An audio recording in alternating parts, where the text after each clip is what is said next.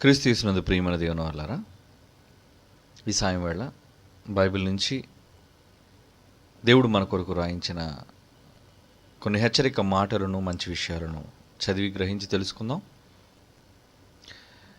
ఈరోజు మీరు తెలుసుకోబోయే అంశం, మీలోని నిజస్వరూపం ఎవరిది అని. ప్రియులారా,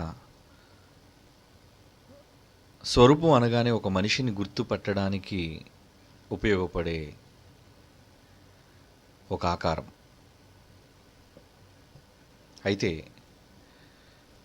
స్వరూపము, నిజస్వరూపము అనటంలో గల ఆంతర్యం ఏంటంటే, కొందరు మనుషులు బయటకు ఒకలా కనబడుతుంటారు, వారి లోపలి అంతరంగం లేదా వారి ఆలోచనలు, వాళ్ళ మనస్సు మరి ఒక విధంగా మనకు కనబడుతూ ఉంటుంది. అంటే బయటకు కనబడేటంతటి మంచివాళ్ళుగా లోపల వాళ్ళు ఉండలేరు. కొందరు బయటికి చాలా కఠినంగా, కర్కశంగా ఆకారంలో కనబడుతూ ఉంటారు, కానీ వారి మనస్సులు శుతిమెత్తనివిగా, బహు సౌమ్యులుగా వాళ్ళు మనం చూడగలం. కనుక కొన్ని సందర్భాల్లో పైన ఆకారాన్ని చూచి మోసపోయే పరిస్థితులు కూడా లేకపోలేదు. పైనున్న ఆకారానికి మనం ఒకవేళ లొంగిపోయి మనిషి యొక్క స్వభావాన్ని తెలియకుండా, ఆ వ్యక్తి విషయంలో ఒకవేళ పొరపాటుగా అంతరంగము తెలుసుకోకుండా ప్రవర్తించటం వల్ల తరువాత మనలో మనమే బాధపడవలసిన పరిస్థితి ఏర్పడుతుంది. దీనికి కారణం వ్యక్తి యొక్క స్వభావం, అతని యొక్క అంతరంగం లేదా అతని అసలు రూపం తెలియకపోవడమే. వివాహం కానప్పుడు కొంతమంది చాలా మంచిగా ప్రేమించుకునేటప్పుడు ప్రవర్తిస్తూ ఉంటారు, అమాయకంగా కనబడతారు, చాలా మాన్యత కలిగి మాట్లాడేటట్టుగా వారు మనకి దర్శనమిస్తారు. వాళ్ళని నమ్మి మనం వివాహం చేసుకున్న తరువాత వాళ్ళలో ఉన్న నిజస్వరూపం బయటపడిన తరువాత ఇబ్బందులు పడ్డ కుటుంబాలుగా అనేక మంది ఉదాహరణలుగా మనకు కనబడుతుంటారు. అంటే ఒకప్పటి వారుగా వారు లేకపోవటం. ఎందుకంటే మనుషులను వశపరుచుకోవడానికి మనుషులు ఎదుట తమను తాము లేదా తమలోని అంతరంగ స్వభావాన్ని దాచిపెట్టి నటించటం ప్రారంభిస్తారు మనుషుల దగ్గర. అప్పుడు ఎవరైనా మోసపోతారు. సమాజంలో ఎక్కువ మంది ఈ వేషధారణ అని కూడా దీన్ని పిలుస్తారు. అంటే వారి వేషధారణకి మనం మోసపోతాం, వాళ్ళ మాటలకు మనం మోసపోతాం, వాళ్ళ ప్రవర్తనకు మనం మోసపోతాం, వాళ్ళ పైనున్న ఆకారానికి మనం మోసపోతాం. నేను మోసపోయానండి, నేను తప్పు చేశానండి నిర్ణయం తీసుకొని, ఆ మనిషిని నమ్మి నేను తప్పు చేశానండి, ఇలాంటి వాడని నేను అనుకోలేదు, ఇలాంటి స్త్రీ అని నేను అనుకోలేదు, ఇప్పుడు బయటపడింది ఆమె యొక్క నిజస్వరూపం, ఇప్పుడు బయటపడింది ఆయన యొక్క నిజస్వరూపం. ఇలా అనేక మంది వారు పొరపడినప్పుడు, తప్పుడు నిర్ణయాలను తీసుకుంటున్నప్పుడు వాళ్ళు బాధపడుతూ ఉంటారు. కనుక మనుషులలో ఈ స్వభావం అనేది, లోపలి స్వభావం చాలామంది బయటకు కనబడనివ్వకుండా దాచిపెట్టుకుంటుంటారు. అంటే లోపల ఎంతో క్రౌర్యం, లోపల ఎంతో పగ, ద్వేషం ఉంటుంది, కానీ పైన ముఖం మీద ఒక దరహాసంతో, నవ్వుతూ చిరునవ్వుతో కనబడుతూ పలకరిస్తూ ఉంటారు. వాటిని చూచి నమ్మి మోసపోయేవాళ్ళు ఎంతోమంది ఉన్నారు. అంటే వాళ్ళ క్రూరత్వం వాళ్ళ ముఖంలో కనబడదు. వాళ్ళు చాలా మెత్తవాళ్ళుగా, చాలా గొప్పవాళ్ళుగా మనకు కనబడుతూ ఉంటారు. కానీ ఒకనొక రోజు ఉంటుంది వారి నిజస్వభావం బయటపడే రోజు, వారి నిజ లక్షణం బయటపడే రోజు. అప్పుడు మనం మోసపోయిన తరువాత తెలుసుకొని ఏం చేయగలం? కనుక వ్యక్తిలోని స్వభావాన్ని ముందుగా గుర్తించటం అనేది మనుషులకు కొంతమంది కష్టం. కానీ దైవజ్ఞానాన్ని కలిగిన వారైతే ఎదుట మనిషి యొక్క స్వభావాన్ని మనం గుర్తించగలం. అలా గుర్తించి వారిలో ఉన్న నిజ రూపాన్ని మనం తెలుసుకోవాలి అంటే ఖచ్చితంగా దైవ సంబంధమైన జ్ఞానము కలిగిన వారే ఎదుటి మనిషిని వివేచించగలరు. అతడు ఎలాంటి వాడో అన్నది కేవలం మాటలకో లేదా కొన్ని క్రియలకో చేష్టలకో వారు తప్పుదోవను పట్టేవాళ్ళు కారు. ఒక మంచి క్రియ మన ఎదుట చేసినంత మాత్రాన వెంటనే నమ్మి మోసపోయే వాళ్ళంగా కాకుండా తరచుగా వాళ్ళని గమనిస్తూ వారు చేసే పనులన్నిటినీ మరి ధ్యాస ఉంచి వీరు ఎలాంటి వారు అని వాళ్ళ అసలు స్వరూపం, అసలు స్వభావాన్ని తెలుసుకోవడానికి ప్రయత్నిస్తారు. ఇక మనమంతా మనను గూర్చిన ఆత్మ పరిశోధన లేదా అంతరంగ శోధన చేసుకోగలిగితే మనల్ని గురించి మనకు బాగా తెలుసు, మనం ఎలాంటి వాళ్ళం అనేది. ఎదుటి వ్యక్తిని దూషిస్తూ ఉంటాం కానీ బయటికి మనం కనబడం. ఎదుటి వ్యక్తి పైన పగ సాధిస్తూ ఉంటాం కానీ అది బయట మన మాటల్లో కూడా చూపించాం. ఇలాంటి స్వభావాలు కలిగిన మనుషులు కోకొల్లలు 99.99% మంది అందరూ ఇలాంటి వాళ్ళే. ఎందుకంటే వాళ్ళ నిజ స్వభావాన్ని బయట పెట్టుకోరు. ఎందుకంటే ఇలా చెబితే వాళ్ళని అసహించుకుంటారేమో, ఇలా చెబితే వాళ్ళకు దూరం అవుతారేమో, ఇలా చెప్పటం వల్ల నా పని జరగకుండా పోతుందేమో అని దాచిపెట్టుకుంటూ ఉంటారు. కనుక ఇప్పుడు మనమంతా ఏం చేయాలి? మనలోనున్న స్వభావం లేదా మనలోని నిజస్వరూపాన్ని బయట పెట్టేవాళ్ళుగా ఉండాలి లేదా తెలుసుకునేవాళ్ళుగా ఉండాలి. ఈరోజు మనకున్న ఈ ఆకారం దేవుని వల్ల కలిగిన మానవ ఆకారం. ఏమండి, కొంతమంది సౌందర్యంగా కనబడతారు, కొంతమంది మరి అందవిహీనులుగా కనబడతారు. ఎక్కువగా మనుషులందరూ కూడా పైనున్న మెరుగులను, అందాలను చూసి మరి అంగీకరించే వాళ్ళే ఎక్కువగా కనబడుతూ ఉంటారు. అంటే మనుషుల యొక్క స్వభావాన్ని వాళ్ళు పరిశీలించరు. కొంతమంది అంతరంగం చాలా బాగుంటుంది కానీ వాళ్ళకి అందం లేకపోవడం లేదా అందవిహీనంగా ఉండటం, దీనివల్ల వాళ్ళు తృణీకరింపబడతారు. మనుషులు పై మెరుగులకు ఆశపడి, అందాలకు ఆశపడి వాళ్ళలోనున్న స్వభావాన్ని గ్రహించలేక వారితో జీవితాన్ని గడపడానికి ఇష్టపడి తర్వాత నరకయాతన అనుభవిస్తూ ఉంటారు. వీటన్నిటికీ కారణం మొదటిగా వారి స్వభావాన్ని గ్రహించలేకపోవటం, గుర్తించకపోవటమే కారణం. దేవుడు కూడా ప్రతి మనిషిని పరిశీలన చేస్తున్నాడు. ఎందుకంటే దేవుడు తన మాటలలో మనుషులను గురించి ఏం రాయించాడు ఒక్కసారి బైబిల్ తెరిచి చూద్దాం. 139వ కీర్తనలోని ప్రారంభ వచనం నుంచి మనం చూడగలిగితే, చాలాసార్లు మనం చదివాం ఈ మాట. అక్కడ యెహోవా ఏం చేస్తున్నాడో మనుషులను గురించి అనేది మనకు కనబడుతుంది. చూడండి ఒకసారి.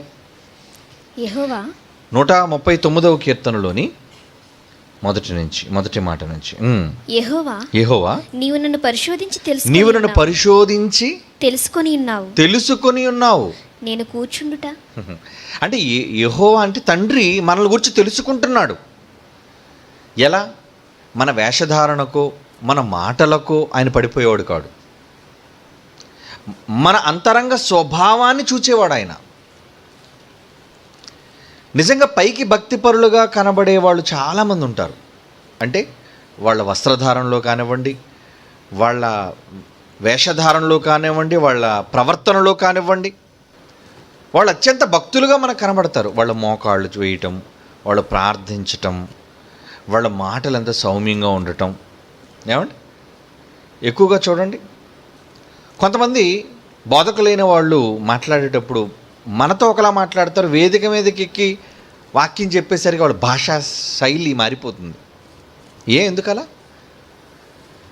నువ్వు సర్వసాధారణంగా మనుషులతో ఎలా మాట్లాడతావో వాక్యాన్ని ఎందుకు అలా చెప్పలేకపోతున్నావు? అక్కడికి వెళ్ళిన తర్వాత నీ భాష తీరు మారిపోతుంది. అంటే అది కేవలం ప్రజల కోసం నువ్వు చూపిస్తున్న నటన, వేషధారణ. గుడికి వచ్చేటప్పుడు ఎలా ఉంటారని అందరూ చాలా క్రమంగా, ఏదో భయభక్తులు కలిగి ఉన్నట్లుగా. ఇక్కడ చాలా గౌరవంగా మనం కూర్చోవాలి, ఇదేదో దైవ సన్నిధి, ఇక్కడ మన పవిత్రం కలిగి ఉండాలి, పవిత్రమైన మనస్సు కలిగిన వారంగా ఉండాలి అన్న భావంతో చాలామంది ఉంటారు. అక్కడ అలా కనబడతారు అంటే అది నటిస్తున్నారు అని అర్థం. మంచిగా ఉన్నవాడు ఇక్కడ అలాగే ఉంటాడు, దైవ సన్నిధిలో లేనప్పుడు అలాగే ఉంటాడు. కానీ నటించేవాడైతే ఒక్కొక్క దగ్గర ఒక్కొక్కలా వాడు ప్రవర్తిస్తూ ఉంటాడు. అప్పుడు మనం గుర్తించలేము. కానీ దేవుడు గుర్తిస్తున్నాడు. ఆయన రాసిన మాటల ఉద్దేశం ఏంటంటే, నీవు నన్ను పరిశోధించి తెలుసుకుని ఉన్నావు అంటున్నాడు. తెలుసు ఆయనకి ఎవరెవరు ఎలాంటి వారు అన్నది తెలుసు. ఆయనకి మనుషులందరిని గురించి తెలుసు. కానీ మనకి మన కోసం తెలియాలి. మనం ఎదుటి వారిని గురించి తెలుసుకోవాలి. ఎందుకంటే సమాజంలో మనం బ్రతుకుతున్నాం కాబట్టి, వాళ్ళ మధ్య మనం జీవిస్తున్నాం కాబట్టి, వారు ఎలాంటి వాళ్ళో అన్నది తెలుసుకోవాలి. మరి తోడేళ్ల వంటి వారు అంటాడు, పాముల వంటి వారు అంటాడు. అంటే యేసుప్రభు వారు చెప్పటంలో కానివ్వండి, లేదంటే పత్రికల్లో పౌలు చెప్పటం కానివ్వండి, వాళ్ళు ఎందుకు హెచ్చరికలు చేస్తున్నారు అంటే, ఇలాంటి స్వభావం కలిగిన వాళ్ళు ఉంటారు, మిమ్మల్ని వెంట ఈడ్చుకొని పోయేవాళ్ళు అంటుంటాడు. అంటే క్రూరమైన స్వభావం కలిగిన వాళ్ళు. మరి క్రూరమైన స్వభావంగా వాళ్ళు కనబట్టలేదే. వాళ్ళ క్రియలలో కానీ, వాళ్ళ ఆకారంలో కానీ వాళ్ళు కనబడరు, చాలా భక్తులుగా కనబడతారు. అందుకే మీకు అర్థం కావడానికి ఆ బొమ్మ ఏంటది, ఒక అద్దం ముందు ఒక భక్తురాలుగా కనబడుతుంది, బైబిల్ తెరిచి చదువుకునేటట్లుగా. కానీ ఆమె నిజస్వరూపం చూడండి, మరో పక్క కనబడుతుంది. అంటే ఒక దయ్యపు ఆకారం.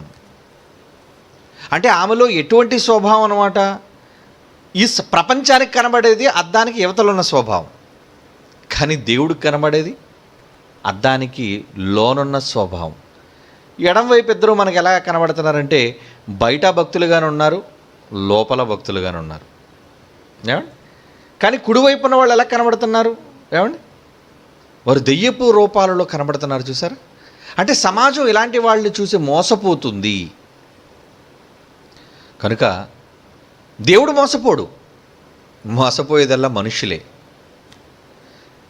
కనుక మనలను మనం పరీక్షించుకోవాలి, ఎదుట వారిని పరీక్షించాలి. మనల్ని మనం కూడా పరీక్షించుకోవడం అవసరమా? మనల్ని గురించి మనం ఎప్పుడు సర్టిఫై ఎలా చేసుకుంటాం, నేను చాలా మంచోడిని, నేను చాలా గొప్పోడిని, నాలో చాలా మంచి స్వభావం ఉంది. ఎంత తప్పు చేసినా మనల్ని మనం సమర్థించుకునే స్వభావం మనలో ఉంది. కాబట్టి మనకి ఎప్పుడూ మనం రైటే, మనకి ఎప్పుడూ మనం న్యాయమే, గొప్పవాళ్ళుగానే, మంచివాళ్ళుగానే మనం కనబడతాం. కానీ అసలు మనలో ఉన్న ఈ రూపం ఎవరి స్వభావాన్ని కలిగి ఉన్నది అన్నది తెలుసుకోవాలి. అంటే ఒకసారి మనం వెళ్ళి ఎక్కడో దగ్గర పరిశీలన చెయ్యాలి. ఒక మాట చూద్దాం. గలతీయులకు రాసిన పత్రిక 6వ అధ్యాయం 4వ వచనం చదవండి. గలతీ పత్రిక 6వ అధ్యాయం 4వ వచనం. ప్రతివాడు తాను చేయు పనిని పరీక్షించి చూచుకొనవలెను అంటున్నాడు. చూడండి, అప్పుడు ఎదుటివాడి బట్టి కాకుండా తనను బట్టి అతనికి అతిశయము కలుగును. ప్రతివాడు తాను చేయు పనిని పరీక్షించి చూచుకొనవలెను. సెల్ఫ్ ఎగ్జామినేషన్ అంటారు. నిన్ను నువ్వు పరీక్షించుకో, నీలో ఉన్న స్వభావం ఎలాంటిది. మనకి ఎప్పుడు మనం మంచివాళ్ళుగానే కనబడతాం, ఏది చేసినా మనల్ని మనం సమర్థించుకుంటాం, నేను చేసింది రైటేనండి అంటాడు. తప్పు చేసి కూడా మనిషి తాను సమర్థించుకునే స్వభావి ఆది నుండి. ఎలా? మన ఆది తల్లిదండ్రులు ఆదామవ్వలు చూడండి. నువ్వు ఎందుకయ్యా పండు తిన్నావంటే, తప్పు ఈయన చేసి తన తప్పును సరిదిద్దుకోకుండా ఎలా మాట్లాడుతానంటే, నువ్వు నాకు ఇచ్చిన స్త్రీ అని నేరాన్ని దేవుడి మీద నెట్టేశాడు. ఏమండి? తెగించి పండు తెంపి తిన్న స్త్రీ ఆమెను అడిగితే సర్పం నన్ను మోసపుచ్చింది అంటుంది. అంటే వీరిద్దరి స్వభావాలు ఎలా కనబడుతున్నాయి? తమ తప్పును ఒప్పుకొనని వారుగా కనబడుతున్నారు. కనుక అదే నైజం మనుషులలో, అదే డిఎన్ఏ. కనుక మనలను మనం చూసుకున్నప్పుడు, మనల్ని గురించి మనం ఆలోచించుకునేటప్పుడు మనం చాలా గొప్పోళ్ళుగానే అనిపిస్తాం. మన తప్పును ప్రతిదీ సమర్థించుకొని నేను కరెక్టే చేశాను, నేను మంచే చేశాను అనుకుంటూ ఉంటాం. కాదు, మనం ఏది చేశామో అన్నది బైబిల్ నిర్ణయించాలి. మనకు మనం ఎవరు సర్టిఫై చేసుకోవడానికి? కనుక మన స్వభావం ఎలాంటిది, ఎలాంటి వాళ్ళం మనం అన్నది మనకు మనమే సొంతగా పరిశీలన చేసుకోవాలి అంటున్నాడు. చూడండి, అందుకే ప్రతివాడు తాను చేయు పనిని చూచుకొనవలెను అంటున్నాడు. పని, నువ్వు ఎలాంటి పని చేస్తున్నావు, ఆ పని నీ వ్యక్తిత్వాన్ని, నీ క్రియను, నీ స్వభావాన్ని బయటపెడుతుంది. ఏమండి? కనుక మనం కనబడాలి అంటే ఎక్కడ కనబడతాం? మన క్రియలలో మనం కనబడతాం.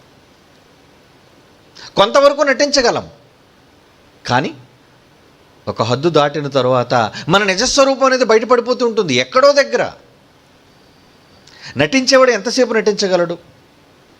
ఏమండి? ఎక్కడో దగ్గర అతని ఒరిజినల్ స్వభావం అనేది బయటపడక తప్పదు. కనుక ఎదుటి వ్యక్తులను పరిశీలించేటప్పుడు జాగ్రత్తగా చూసుకోవాలి. నిన్ను నీవు పరీక్షించుకునేటప్పుడు కూడా, ఇంతకీ నేను చేస్తున్న ఈ పని సరైనదే కాదా? నన్ను నేను సమర్థించుకోవడం కాదు, నేను చేసిన పని బైబిల్ ప్రకారంగా సమర్థవంతమైనదేనా, సమంజసమైనదేనా, అంగీకారమైనదేనా అన్నది మనం పరిశీలించుకోవాలి.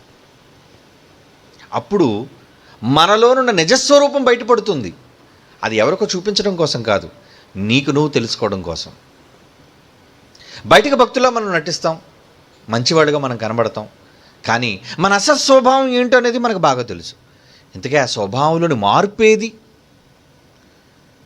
కొందరు నటిస్తూ ఉంటారో తమలో తమకు తెలుసు తాము ఎంత దుర్మార్గులో. ఏమండి? వాళ్ళు చేస్తున్న తప్పని వాళ్ళకు తెలుసు, కానీ ఏ రోజు వాళ్ళు తప్పుగా దాన్ని భావించరు. తమ్మును తాము సమర్థించుకుంటూనే ఉంటారు ఎప్పుడూ. అంటే వాళ్ళకి ఏమాత్రం తమలో ఉన్న స్వభావాలను గురించి ఆలోచన చేసేవారుగా మనకు కనబడరు. ఏమండి? కనుక బైబిల్ ఒక మాట చెప్తుంది, చూద్దాం. కొరింథీయులకు రాసిన మొదటి పత్రిక 11వ అధ్యాయం 28వ వచనం చూడండి. కొరింథీయులకు రాసిన మొదటి పత్రిక 11వ అధ్యాయం 28 ఏమంటున్నాడు అక్కడ చూడండి. కాబట్టి ప్రతి మనుష్యుడు తన్ను తాను పరీక్షించుకొనవలెను అంటున్నాడు. చూడండి, ప్రతి మనుష్యుడు, మీలో ప్రతి ఒక్కరు మిమ్ములను మీరు పరీక్షించుకోవాలి. మీలో ఎటువంటి స్వభావం కలిగిన వాళ్ళుగా ఉన్నారు? ఏది చేసినా మిమ్మల్ని మీరు సమర్థించుకునే స్వభావిగా ఉన్నారా, లేదు తప్పు చేసినప్పుడు తప్పు అయింది అని ఒప్పుకునే స్వభావిగా మీరున్నారా? అది బైబిల్ నిర్ణయించాలి. అందుకే అంటున్నాడు, కాబట్టి ప్రతి మనుష్యుడు తన్ను తాను పరీక్షించుకోవాలి అంటున్నాడు. కొరింథీయులకు రాసిన 2వ పత్రికలోనికి వెళదాం. పౌలు గారు ఏమంటున్నారు? కొరింథీయులకు రాసిన 2వ పత్రిక 13వ అధ్యాయం 5వ వచనం చూడండి. కొరింథీయులకు రాసిన 2వ పత్రిక 13వ అధ్యాయం 5వ వచనం. మీరు విశ్వాసము గలవారై ఉన్నారో లేదో మిమ్మును మీరే శోధించుకొని చూచుకొనుడి అన్నాడు. చూడండి, శోధించుకొని మిమ్మును మీరే పరీక్షించుకోండి. ఏమండి? Self examination. మిమ్మల్ని మీరే చూసుకోండి, మిమ్మల్ని మీరే పరీక్షించుకోండి. కనుక సెల్ఫ్ చెకప్, మనలను మనం పరీక్షించుకోవటం, మీ స్వభావాలను మీరు పరీక్షించుకోవడం. ఏమంటే బయట ఎక్కడైనా శరీరం మీద ఎక్కడైనా ఒక పుండు లాంటిది వ్యాపించింది అనుకోండి, వెంటనే దాన్ని చూస్తాం, దానికి సంబంధించిన కేర్ తీసుకుంటాం, జాగ్రత్త పడతాం. అమ్మో ఇది ఏంటి సంబంధమైనదని. ఏమండి? ఎక్కడైనా ఉబ్బింది అనుకోండి, ఎందుకు ఉబ్బింది ఇది, దీనికి కారణం ఏంటి తెలుసుకుంటాం. ఒకవేళ ఎక్కడైనా ఇబ్బందికరంగా, ఒకసారి నొప్పి ప్రతి మనిషికి అనుకోకుండా ఎక్కడో దగ్గర వస్తుంటుంది శరీరంలో, అది వచ్చి వెళ్ళిపోతే పర్వాలేదు, కానీ తరచూ వస్తుంది అనుకోండి, వచ్చిన చోటే మొదటిసారి వస్తుంది, పర్వాలేదు కాసేపు చూస్తాం, ఒక 5 నిమిషాలు అటు ఇటు, మరి ఎక్కువ అయితే చెప్దాం అనుకుంటాం, కానీ తగ్గిపోయింది, అయితే ప్రాబ్లం లేదు. మరలా వచ్చింది అనుకోండి, మరలా చూస్తాం తగ్గినంత వరకు. పదే వస్తుంది అనుకోండి, వెంటనే మనకు సందేహం కలుగుతుంది, ఏంటి వచ్చిన చోటే ఈ బాధ నాకు కలుగుతుందంటే లోనే ఒకళ్ళు ఏమైనా ఇబ్బంది ఉందేమో, ప్రాబ్లం ఉందేమో, వెంటనే డాక్టర్ని సంప్రదించాలనుకుంటాం మనం. ఏమండి? అంటే మనల్ని మనం పరీక్షించుకొని డాక్టర్ దగ్గరికి వెళ్ళి డాక్టర్ ద్వారా పరీక్ష చేయించుకుంటాం మనం. ఇక్కడ కూడా ఏమంటున్నాడు, మిమ్మును మీరు పరీక్షించుకొనుడి. మీరు భ్రష్టులు కాని ఎడల యేసుక్రీస్తు మీలో ఉన్నాడని మిమ్మును గూర్చి మీరే ఎరుగరా. అంటే మీరు భ్రష్టులు కాకుండా ఉండాలి. మీరు భ్రష్టులు కాకుండా ఉండాలి. అప్పుడు ఎవరున్నట్టు? మీరు భ్రష్టులు కాని ఎడల యేసుక్రీస్తు వారు మీలో ఉన్నాడని మిమ్మును గూర్చి మీరే ఎరుగరా. అంటే ప్రతి మనిషిలోనూ యేసుక్రీస్తు వారు ఉండాలి అన్నది దైవ సంకల్పం. ఏమండి? ప్రతి మనిషి స్వభావం ఎవరిలాంటి స్వభావం కలిగినదిగా ఉండాలి? యేసుక్రీస్తు వారి స్వభావంగా మనది ఉండాలి. అవునా? కానీ ఒకవేళ మనం భ్రష్టులైతే ఆయన మనలో ఉండడు. భ్రష్టులు కాకపోతే ఆయన మనలో ఉన్నట్టే అంటుంది బైబిల్. ఇంతకు భ్రష్టత్వం అంటే ఏంటి? భ్రష్టులు అంటే ఎవరు? ఏమండి? భ్రష్టత్వం అనేది ఒక జబ్బు. ఏమండి? శరీరానికి పట్టే జబ్బు కాదు ఇది, ఆత్మకు పట్టే రోగం. ఏమండి? మీరు భ్రష్టులు కాని ఎడల యేసుక్రీస్తు మీలో ఉన్నాడు. మరి భ్రష్టులు అయిన ఎడల యేసుక్రీస్తు మీలో ఉండడు. అంటే మీరు సమాజానికి కనబడాలి అంటే, మీ స్వభావం కనబడాలి అంటే మీరు భ్రష్టులు కాకుండా ఉండాలి. ఇంతకీ భ్రష్టత్వం అంటే ఏంటి? ఏమండి? ఒక మాట చదువుదాం. తీతు పత్రిక మొదటి అధ్యాయం 16వ వచనం చూడండి. అక్కడ ఏమంటున్నాడు? దేవుని ఎరుగుదమని వారు చెప్పుకొందురు. దేవుని ఎరుగుదమని వాళ్ళు చెప్పుకొందురు. కానీ అసహ్యులు అవిధేయులు ప్రతి సత్కార్యము విషయం, ప్రతి దైవ సంబంధమైన కార్యక్రమానికి భ్రష్టులై ఉండి తమ క్రియల వలన అంటున్నాడు. చూడండి, తమ క్రియల వలన ఆయనను దేవుని ఎరుగమన్నట్టు ఉన్నారు. అంటే మనం క్రియల్లో బయటపడిపోతుంది మన స్వభావం, నిజస్వరూపం, మన నిజ లక్షణం. శరీరానికి ఒక జబ్బు వచ్చింది అనుకోండి, ఆ జబ్బును కూడా డాక్టర్స్ ఎలా డయాగ్నోస్ చేస్తారంటే శరీరంలో నుంచి బయటికి వచ్చే వాటిలో పట్టుకుంటారండి రోగాన్ని. ఉదాహరణకి మీకు ఒకవేళ ఏమైనా వ్యాధి వచ్చిందనుకోండి, వ్యాధి ఏదో మలేరియా కావచ్చు, లేదంటే డెంగ్యూ కావచ్చు, ఏ రకమైన వ్యాధి అయినా కావచ్చు. ఆ వ్యాధి వచ్చినప్పుడు మిమ్మల్ని ఏం చేస్తారు? రక్త పరీక్ష చేస్తారు మీకు. అలాగే మీ యూరిన్ పరీక్ష చేస్తారు, అంటే మీ మూత్ర పరీక్ష, లేదంటే మీ మల పరీక్ష కూడా చేస్తారు కొన్ని సందర్భాల్లో. అంటే మీ శరీరంలో నుంచి బయటికి వచ్చే వాటిని పట్టుకుంటే మీ శరీరంలో ఉన్న రోగాలేంటో అనేది వాళ్ళు తెలుసుకోగలరు. అన్ని రక్తంలో కనబడవండి, అన్ని రక్తంలో కనబడవు. కొన్ని కనబడాలి అంటే శరీరంలో నుంచి బయటకు వచ్చే ద్రవాలు, స్రావకాలు ఏవైతే ఉన్నాయో వాటిని పట్టుకుంటే మరి శరీరంలో ఏ జబ్బు దేనికి సోకిందో అన్నది వాళ్ళు గుర్తించగలరు. కనుక అంటే బయటకు వచ్చేది, శరీరంలో నుంచి బయటకు వచ్చేది ఎలా అయితే డాక్టర్లు గుర్తిస్తున్నారో రోగాన్ని, మన శరీరంలో నుంచి దేవుడు బయటికి వచ్చినప్పుడు గుర్తించేది దేన్ని బట్టి గుర్తిస్తాడు? మీ పనులు, మీ స్వభావం, మీ నిజస్వరూపం ఎలా కనబడదో తెలుసా? మీ క్రియలలో కనబడిపోద్ది. ఎందుకంటే అవే బయటికి కనబడేవి. ఆలోచనలు బయటికి కనబడవు. ఏమండి? మన మనస్సులోని తలంపులు బయటికి కనబడవు. మన లోపల ఏమని భావిస్తున్నామో అది ప్రపంచానికి తెలియదు. కానీ ఎప్పుడైతే మన క్రియలు వారి పట్ల చేయటం, వారి పట్ల మన ప్రవర్తన ఎలా అయితే ఉందో అందులో కనబడిపోద్ది అంటున్నాడు రోగం. అందుకే అంటున్నాడు, ఏమంటున్నాడు? మీరు భ్రష్టులు కాని ఎడల యేసుక్రీస్తు మీలో ఉన్నాడని మిమ్మల్ని గూర్చి మీరే ఎరుగరా అని. ఆ భ్రష్టత్వం అంటే ఏదో కాదు. ఇప్పుడు మనం చదువుకున్న తీతు పత్రికను బట్టి దేవుని పనిని చెయ్యని వారు, పనికి రానివారు అంటున్నాడు. పనిలో ముందుకు రానివారు, వెనకబడిన వారు, ఇదంతా భ్రష్టుల యొక్క లక్షణాలు. ఎక్కడైతే దేవుని పనులు ఉన్నాయో ఆ దేవుని పనులు వెనకబడేవాళ్ళు, రానివాళ్ళు, పాల్గొనని వారు, వీళ్ళందరిలో భ్రష్టత్వపు లక్షణాలు కనబడిపోతున్నాయి అన్నమాట. చూసారా? అంటే అది పట్టుకుంటే చాలు, వాళ్ళ స్వభావం తెలిసిపోతుంది. అది స్వభావం తెలిసిపోతుంది వాళ్ళది. అంటే మీలో ఆసక్తి ఉందా లేదా అని తెలుసుకోవడానికి చాలాసార్లు మీరు విన్న మాటే మరలా చెప్పాలనుకుంటున్నాను. ఆదివారం పూట వచ్చే, ఉదయాన్నే వచ్చే ఆసక్తి కలిగిన భక్తులు సాయంత్రం పూట ఎందుకు రారు? ఆలోచించండి. వాళ్ళు ఎందుకు నడిచి రాలేకపోతున్నారు? వాళ్ళు ఎందుకు ఇక్కడికి వచ్చి ఒక 3 గంటలు దేవుని వాక్యాన్ని వినలేకపోతున్నారు? అంటే ఉదయం వస్తే భక్తులు అని అనుకుంటున్నారు వాళ్ళు. ఏమండి? అలాగని ఈ రోజంతా సెలవే. ఈరోజు సండే హాలిడే మనకి, మన దేశవ్యాప్తంగా. మరి ఉదయాన్నే వచ్చిన వాళ్ళు సాయంత్రం ఎందుకు రాలేకపోతున్నారు? పోనీ ఈ వారం రాలేదండి, వచ్చేవారం ఆ వారం రాలేదండి, ఏదో అర్జెంట్ పని పడింది, పోనీ మరుసటి వారం. అసలు ఎప్పుడూ దేవుని పనుల్లో కనబడిన వాళ్ళని గురించి ఏమనుకోవాలి? వాళ్ళ లక్షణాలు బయటపడిపోతున్నాయండి.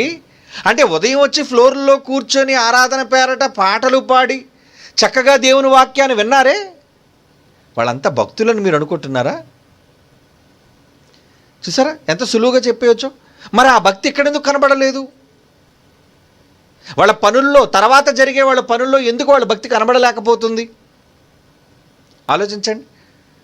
అంటే భ్రష్టత్వం వాళ్ళలో ఉంది అని మనం తెలుసుకోవాలి. నిజస్వరూపం, వాళ్ళలో ఉన్న నిజస్వరూపం ఏంటి? తెల్లవారు వస్తారు, ముసుగులు వేసుకుంటారు, ఎంతో దీనంగా కూర్చుంటారు, పాట వినబడినప్పుడు పాట పాడతారు. చూసారా? వాక్యం వినబడినప్పుడు శ్రద్ధగా వింటారు, పుస్తకాలు తీసి రాసుకుంటారు. ఇదంతా ఏంటన్నమాట? వేషధారణ. అలాగని సాయంత్రం వచ్చేసిన వాళ్ళందరూ భక్తులను కాదు.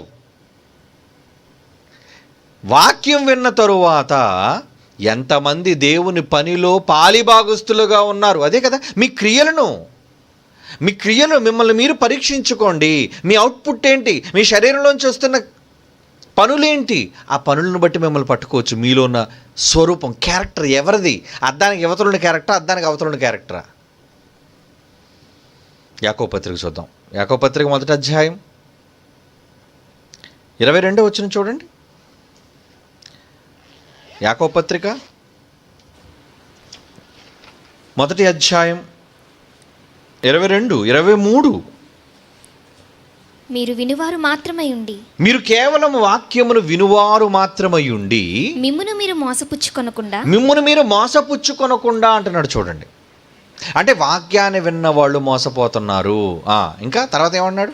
వాక్య ప్రకారం ప్రవర్తించువారునై ఉండుడి. ఎవడైనను, ఏమండి, ఉదయం వచ్చారు, విన్నారు, వెళ్ళిపోయారు. ఇప్పుడు మీరు వచ్చారు, విన్నారు, వెళ్ళిపోతారు. మరలా శనివారం కార్యక్రమం జరిగితే వస్తారు, వింటారు, వెళ్ళిపోతారు. విని వెళ్ళిపోయేవాళ్ళు గొప్పవాళ్ళు కాదు. కనుక ఏదో వచ్చేసారండి, కూర్చున్నారండి, సాయంత్రం కూడా 3 గంటలు గడిపేశారండి, వీళ్ళంతా భక్తులండి. నో, అలాగనుకోవడానికి వీల్లేదు. ఏమండి? అంటే ఎలాగ, దేని బట్టి మనం పట్టుకోవాలి వీళ్ళని? వాళ్ళ లోనున్న అంతరంగ నిజస్వరూపం ఎవరిది? దేవుడిదా లేదా దయ్యమా? ఎవరి ప్రతిరూపం వాళ్ళలో ఉన్నది? అందుకే బైబిల్ చాలా చక్కగా చెప్తుందండి. మరలా చదువుతుంది 22వ వచనం. మీరు కేవలం వినువారు మాత్రమై ఉండి వచ్చి విని వెళ్ళిపోయే వాళ్ళైతే మీరు మోసపుచ్చుకొనకుండా, మీరు మోసం చేసుకుంటున్నారు. మిమ్మల్ని మీరే దేవుడు మోసగించడానికి వస్తున్నారు, కూర్చుంటున్నారు. అంతేనా? అంటే మేము మోసపోం. ఎలా? హై బాబు వచ్చేసరి వీళ్ళంతా భక్తులు అన్నమాట, వీళ్ళంతా రాసుకుంటున్నారు, వీళ్ళంతా చదువుకుంటున్నారు, వెరీ గుడ్, వీళ్ళు డెవలప్ అయ్యారన్నమాట అని మనం అనుకుంటాం. అది మేము మోసపోతాం, కానీ దేవుడు మోసపోడు.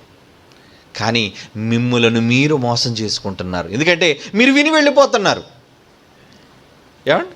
వాక్యము వినువారు మాత్రమే ఉండి మిమ్మల్ని మీరు మోసపుచ్చుకొనకుండా వాక్య ప్రకారము ప్రవర్తించువారునై ఉండాలి. అది విన్న వాక్య ప్రకారంగా చెయ్యాలి. వాక్యం ఏం చెప్పింది దాని ప్రకారంగా మీరు చెయ్యాలి. అంటే క్రియలు లేకపోతే ఒకవేళ నిష్ఫలులు. కింద ఇంకేమంటున్నాడు చూడండి 23వ వచనంలో. ఎవడైనను వాక్యము వినువాడయ్యుండి దాని ప్రకారము ఒకవేళ వాక్యము ప్రకారంగా ప్రవర్తించని వాడైతే వాడు అద్దములో తన సహజ ముఖమును ఒక అద్దంలో ముఖం చూసుకొని ఒక మనిషిని పోలి ఉన్నాడు. ఒక మనుషుడిలా ఉన్నాడు. వాడికి ఏం కనబడుతుంది? అద్దంలో ముఖం చూసుకుంటే మన ముఖం కనబడుతుంది అంతే. నీ స్వభావం ఎక్కడ కనబడుతుంది? కనబడదు. చూస్తావు, బయటికి పోతావు. వాడు తను చూచుకొని అవతలికి పోయి బయటికి పోయి తనెట్టివాడు వెంటనే మర్చిపోవును. వాడు ఎలాంటి వాడో మర్చిపోతాడు. నేను ఎలాంటి వాడిని? అద్దం ముందు ఉన్నప్పుడే కదండి మనం ఆలోచిస్తాం. మన కనురెప్పల కోసం ఆలోచిస్తాం, మన ముఖ కవళికల కోసం ఆలోచిస్తాం, వీటి గురించి ఆలోచిస్తాం. తర్వాత పనిలోకి వెళ్ళిపోయిన తర్వాత వాటి కోసం పట్టించుకోం మనం. వాక్యం విన్నవాడు కూడా దాని ప్రకారంగా చెయ్యనివాడు అలాగే ఉంటానని అని అంటున్నాడు చూడండి. ఎవరైతే వాక్యము వినువాడై ఉండి దాని ప్రకారము ప్రవర్తింపని వాడైతే అద్దంలో ముఖం చూసుకొని పోయినవాడు ఎంతో తన ముఖాన్ని ఎలాగైతే వాడు మర్చిపోయాడో వీడు కూడా తన స్వభావాన్ని మర్చిపోయినవాడు, తన అసలు రూపాన్ని మర్చిపోయినవాడు. ఎందుకంటే విన్న వాక్య ప్రకారంగా చేయటం లేదు. ఎంతమంది ఇప్పుడు విన్నవాళ్ళు ఉన్నారు చెప్పండి? వినేవాళ్లే కదండి, అందరూ వినేవాళ్లే. చేసేవాళ్ళు ఎంతమంది? ఇది రిజల్ట్. క్రియలలో పనులలో ఎవరైతే కనబడతారో వాళ్ళ స్వభావం బయటపడేది. మన మిగతా వాళ్ళు వచ్చి విని వెళ్ళిపోతున్నారు. పనుల్లో అందుకే చూడండి, డైరెక్టర్ గారు పేర్లు రాయిస్తారు. ఎవరెవరు పనిలోకి వస్తున్నారో లిస్ట్ అంతా కావాలంటారు. ఎందుకు? పని చేసిన వాళ్ళండి, ఫైనలిస్టులు అంటారు వాళ్ళని. రిజల్ట్లో ఉన్నవాళ్ళు వచ్చిన వాళ్ళు ఎక్కువ మంది, పనికి వచ్చిన వాళ్ళు బహు కొద్ది మంది. విన్నవాళ్ళు ఎక్కువ మంది, పనిలో పాల్గొన్న వాళ్ళు బహు తక్కువ మంది. అంటే ఇప్పుడు వారి స్వభావాలు ఏంటి చెప్పండి? పనికి రాని వాళ్ళ స్వభావాలన్నీ ఎలా ఉంటాయన్నమాట? అదిగో అద్దంలో చూస్తున్న ఆ దారుణమైన ముఖం, ఆ భయంకరమైన స్వభావం. నువ్వు మంచివాడు అని మనుషులకు మంచివాడుగా నువ్వు కనబడుతున్నావేమో, జాలి కలిగిన ముఖాన్ని పెట్టి, ఏమండి నవ్వు ముఖాన్ని పెట్టి నువ్వు మంచివాడిగా కనబడుతున్నావేమో. కొంతమంది కఠినంగా మాట్లాడేటప్పుడు వాళ్ళు చూసి దూరంగా ఉంటారండి, ఇతను కఠినంగా మాట్లాడతారండి అని. వాళ్ళు కఠినంగా మాట్లాడిన వాళ్ళు మంచోళ్ళు, యథార్థంగా మాట్లాడేవాళ్ళు మంచోళ్ళు. కానీ మనుషులకు ఎలాంటి వాళ్ళు కావాలి? వాళ్ళు నవ్వుతూ పలకరించి, వాళ్ళు ఏ ఒక్క మాట అనకుండా, వాళ్ళని ప్రేమగా ఆప్యాయంగా మాట్లాడే వాళ్ళందరూ మంచివాళ్ళు అని వీళ్ళు భావిస్తారు. నిజానికి సరైన వాడు, నిజమైన స్నేహితుడు నీకు గాయం చేస్తాడు, నిన్ను సరి చేస్తాడు, నిన్ను బాగు చేస్తాడు దేవునిలో. ఎందుకంటే వారి స్వభావాలు మారాలి అన్న మంచి ఉద్దేశంతో. ఇంతకీ ఎంతమంది వాళ్ళ స్వభావాలను మార్చుకునే వాళ్ళుగా ఉన్నారు చెప్పండి? బయటకు భక్తులుగా కనబడుతున్నారు అంతే, కానీ వాళ్ళ నిజస్వరూపం ఎలా ఉంది? యేసుప్రభు వారు ఆ రోజున శాస్త్రుల్ని పరిశీలించి చూసి చాలా కోపం వచ్చేసిందండి. వాళ్ళని చూసి ఆయన ఏమని మాట్లాడుతున్నాడో చూడండి. ఒక మాట, లూకా సువార్త 11వ అధ్యాయం 39వ వచనం. లూకా రాసిన సువార్త 11వ అధ్యాయం 39వ వచనం చూడండి.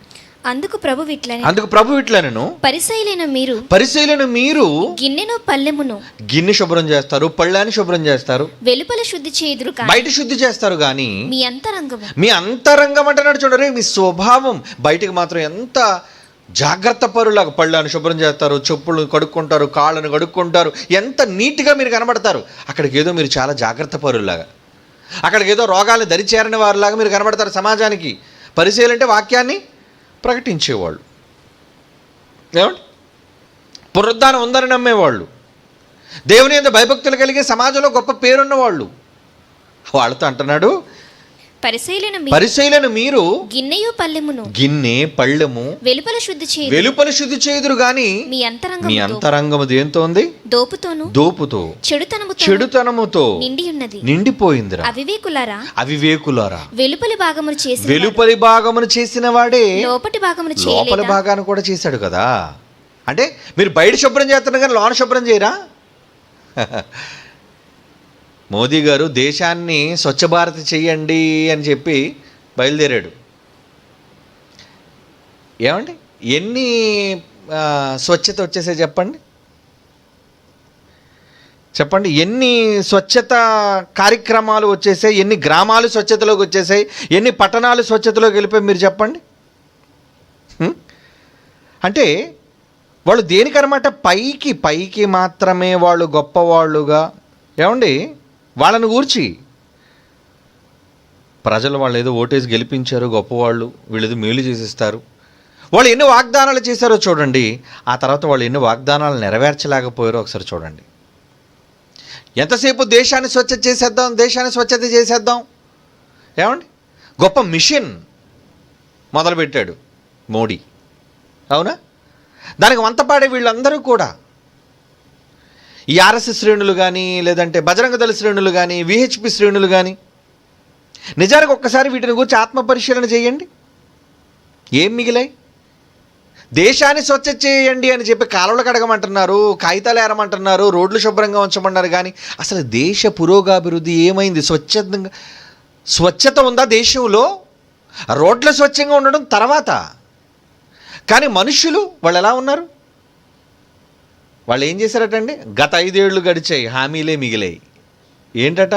నల్లధనం రాలేదు, అకౌంట్లో 15 లక్షలు పడలేదు, ఏమండి? గంగా నదిని ప్రక్షాళన చేస్తాను అన్నాడట, అది కూడా చేయలేదు. బుల్లెట్ ట్రైన్ ఇస్తామన్నాడట, ఆ జాడ కూడా లేదు. రామ మందిరం అసలు ఆశే లేదు, ఏమండి? బీఫ్ ఆపనే లేదు, ఎక్స్పోర్ట్, ఏమండి? జిఎస్టీ బాధలు తీరనే లేదు, రైతు రుణమాఫీ కానే లేదు, నిరుద్యోగం తగ్గనే లేదు, రిజర్వేషన్లు రద్దే లేదు, బ్యాంకుల కష్టాలు ఆగనే లేదు, పేదల బాధలు తీరనే లేదు, పెట్రోల్ గ్యాస్ ధరలు దిగనే లేదు, లోక్పాల్ బిల్లు గుర్తే లేదు, కాశ్మీర్ మంటలు ఆగనే లేదు, 56 అంగుళాలు ఛాతీ చూపనే లేదు, మహిళా బిల్లు మోక్షమే లేదు, ఇంకా చాలా ఉన్నాయి. అంటే దేశాన్ని స్వచ్ఛతలోనికి తీసుకుని వెళ్ళాలని చెప్పిన వాళ్ళందరూ కూడా ముందు వీటిని శుభ్రం చేయండి. వాళ్ళ అంతరంగం ఎలా ఉంది? ప్రతి మనిషిని ఎలా చూడాలి? ఏమండి, ఈ మధ్యన ఒక న్యూస్ చూశాను. న్యూస్ మీడియాలో మాట్లాడుతూ ఒక హిందూ ఆయన వ్యక్తి, హిందూ ధర్మాన్ని నమ్మిన వ్యక్తి ఒక ముస్లిం వ్యక్తిని చూసి 2 కళ్ళు మూసుకున్నాడండి. మీరు ఈ మధ్యన సోషల్ మీడియాలో చూసే ఉంటారు. ఏంటి, చూస్తే అంత పాపమా? చూస్తేనే కళ్ళు చెడిపోతాయా? నువ్వు చెడిపోతావా? ఎంత దారుణమైన పరిస్థితుల్లోనికి దేశం వెళ్ళిపోయింది చూడండి. అంటే వీళ్ళలోని ఎలాంటి స్వభావం ఉంది, వాళ్ళ నిజస్వరూపం మరలా పవిత్రమైన కాషాయ గుర్తు, కాషాయ రంగు. సాఫ్రాన్ అంటే చాలా పవిత్రమైన రంగు అండి. అంత పవిత్రమైన రంగును ప్రపంచానికి, సమాజానికి చూపిస్తూ వాళ్ళలో ఎంత కఠినులుగా, కషాయులుగా వాళ్ళు ఉన్నారు చూడండి, కషాయులు. అంటే ఎవరిని మేము చూడకూడదు, చూస్తే పాడైపోతాం, అంత అంటరాని వాళ్ళు. కనుక ఆ రోజు యేసుప్రభు చెప్పిన మాట అదే, ముందు మీ అంతరంగాన్ని మార్చుకోండి, మీ అంతరంగ స్వభావాన్ని సరిచేసుకోండి. మీ నిజరూపం ఇది కాదు. బయటకు ఒకలా కనబడుతున్నారు, అంతా వేషధారణ. గొప్పవాళ్ళు, ప్రజలకు మేలు చేసేవాళ్ళు, దేశానికి ఏదో బాగు చేసేవాళ్ళు కనబడుతున్నారు. కానీ మీరు ఇచ్చిన హామీలేవి, నెరవేర్చినవేవి, ప్రజలకు జరిగిన మేలేంటి, సహాయం ఏంటి? అంతరంగం దోపుతో నిండిపోయింది అంటున్నాడు యేసుక్రీస్తు వారు చెప్పిన మాట. అంటే ఇప్పుడు వాళ్ళ నిజస్వభావం ఏంటి? బయటికి భక్తులే, బయటికి మంత్రులే, బయటికి సమాజ శ్రేయస్సును కోరేవాళ్ళే వాళ్ళ ప్రసంగాలు. కానీ వాళ్ళ క్రియల దగ్గరకు వచ్చేసరికి ఏది నల్లధనం ఏమైపోయింది? పేదవాడి అకౌంట్లో డబ్బులు ఏమైపోయి? వాళ్ళకి చేస్తానన్న రుణాలు మాఫీ ఏమైపోయింది? చూసారా? అంటే వాళ్ళు కేవలం మాటలు పలికేవాళ్ళుగా ఉన్నారు, కానీ ఏమీ చెయ్యని వారుగా మనకు కనబడుతున్నారు. అంటే వాళ్ళ అంతరంగం బాగలేదు. బయటకు మాత్రం చాలా భక్తులుగానే కనబడతారు, అందరూ మంచి వాళ్ళుగా కనబడతారు. మోడీ గారి ముఖం చూడండి, చాలా అమాయకంగా కనబడుతుంది. మిగతా వాళ్ళ ముఖాలు చూడండి, రాజకీయ నాయకులందరూ వాళ్ళు చాలా గొప్పవాళ్ళుగానే కనబడతారు, కానీ వాళ్ళ అంతరంగం. ఈరోజు ఒక్కొక్క స్కాములు బయటపడుతుంటే ఒక్కొక్కడు ఎన్ని వందల వేల ఎకరాలు కొట్టేశారు, ఒక్కొక్కరి ఖాతాలో ఎంత నల్లధనం ఉందో, ఏమండి, ఒక్కొక్కరు ఎంత దారుణంగా భూములు కబ్జా చేసి ప్రజాధనాన్ని ఎలా కొల్లగొట్టారు, అది బయటకు పడినప్పుడు అయ్యో బాబు వీళ్ళు ఇలాంటి వాళ్ళ. ఏమండి, ఒక ఎంఆర్ఓ కొన్ని లక్షల రూపాయల కట్టలతో ఇంట్లో కనబడిందంటే ఆఫ్టర్ ఆల్ ఒక ఎంఆర్ఓ. ఎంతమంది, ఎన్ని మండలాలు ఎంతమంది ఎంఆర్ఓలు అండి? అంటే బయటకు మాత్రం ఆవిడే గవర్నమెంట్ సర్వీస్, అంటే ప్రజా సేవకులు వాళ్ళంతా. కానీ వాళ్ళ నిజస్వరూపం బయటపడేసరికి ఎలా కనబడుతుంది? ప్రజల దోపిడీ, ప్రజల గోడు పట్టించుకోరు, వాళ్ళ ప్రజల అవసరతలు తీర్చరు. నిజస్వభావం, నిజరూపం. ఇప్పుడు మన దగ్గరకు వద్దాం, వాళ్ళ సంగతి వదిలేయండి, పక్కకు పెట్టి ఉదాహరణగా మనం మాట్లాడుకున్నాం.